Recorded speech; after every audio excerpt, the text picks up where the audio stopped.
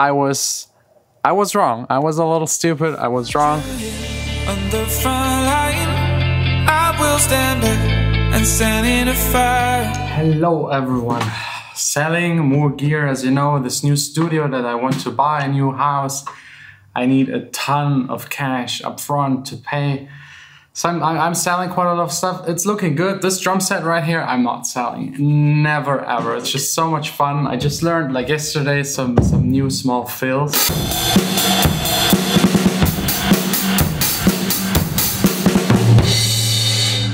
It's fun. It's just way too much fun.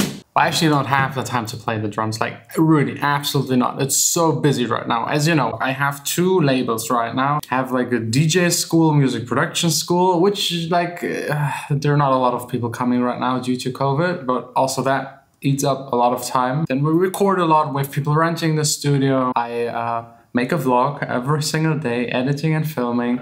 And then there's like taking care of the house thing, which is like added on top stress and stuff to take care of. And on top of all of that, my next release on Lost Frequencies label, very urgent, very urgent. The last song was released a week ago, and the next song should be released in 3 weeks. 3 weeks. And just like 2 or 3 days ago, the label told me they like the track, but they suggest to replace the singer, the vocal, because they don't feel that it fits to the instrumental that much. And that on top of everything else stressed me out a lot. And then I was like, why didn't you tell me like 2-3 months ago where you signed the track that the vocal isn't the right one? Because there wasn't a lot that changed about the track. I just finished like details, automation, a little mixing. And they then told me that they love the vocal, but it's like not the right one for the instrumental. And I have to say, I agree. So I tried to contact the singer-songwriter, Robin Vane, the best voice ever. Like, I'll link him down below. Check him out if you need vocals, get in touch with him. Amazing vocals. He was like, okay, you know what? I see what they're saying. It sounds a little old school. It sounds a little too Avicii, like David Guetta, Swedish House Mafia-like. And he was like, let me try and redo it like in a way that just fits better. He did it in half an hour, like instantly. I've never witnessed something like that. Like usually if you contact the singer-songwriter, it's like weeks. And then they don't deliver. You have to give them feedback, and then they don't deliver again. Like instant, half an hour later, perfect. And I think it fits better to the vibe. So at the end, I was like a little angry at the label. Like not angry, but I was like, why? And now I get the why. Like those are professional people. They have a vision. They know how things work. And they just suggested to try out a different style of vocal. And it helps the song a lot. So that's kind of what I love about music, the collaboration kind of part of it. Because if you collaborate, there are more people involved that want the same as you, making the best product possible. But you, let's say you're a producer, you're more about the mixing and the sound design. That's where you know everything about. But then again, the vocal, the singer-songwriter knows the most and the best about.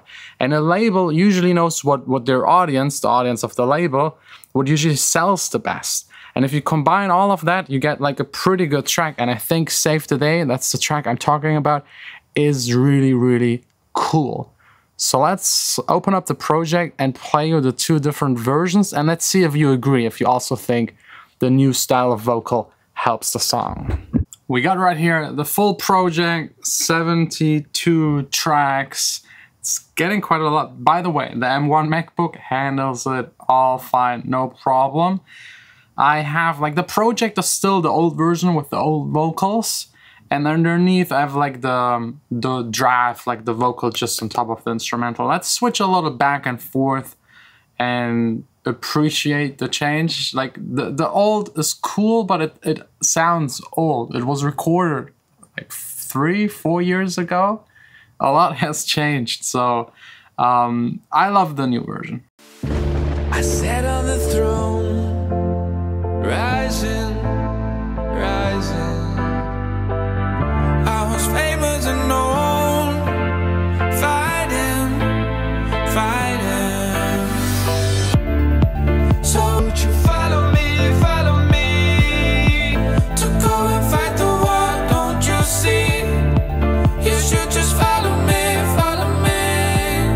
that's enough of a preview.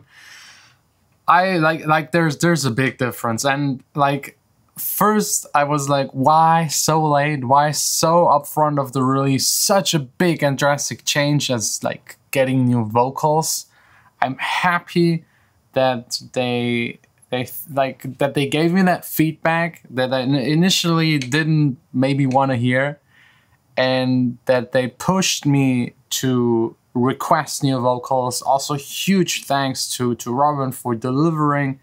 Like, you can hear that they're like 2-3 years in between. Like, even when you can sing, you can still improve.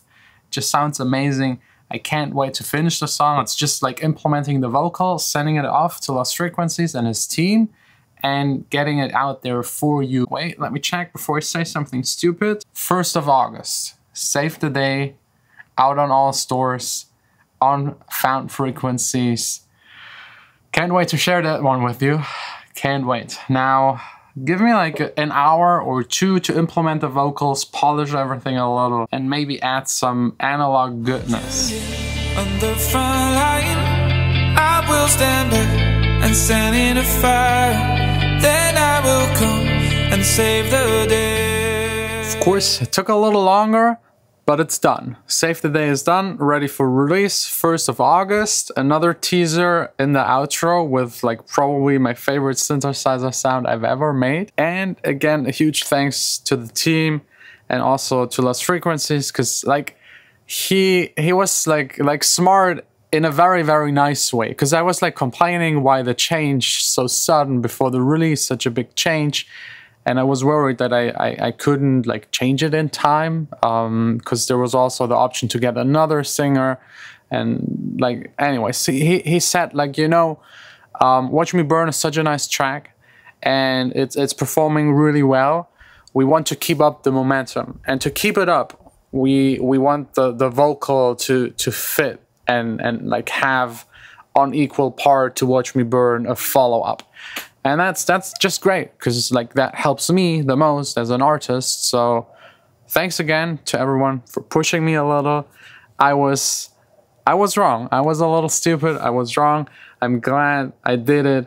And yeah, I hope this also helps you, because sometimes as an artist you're proud, and maybe sometimes you're just lazy and you're like, no, I don't want to change it. But in real life, it's not because you don't want to change the song.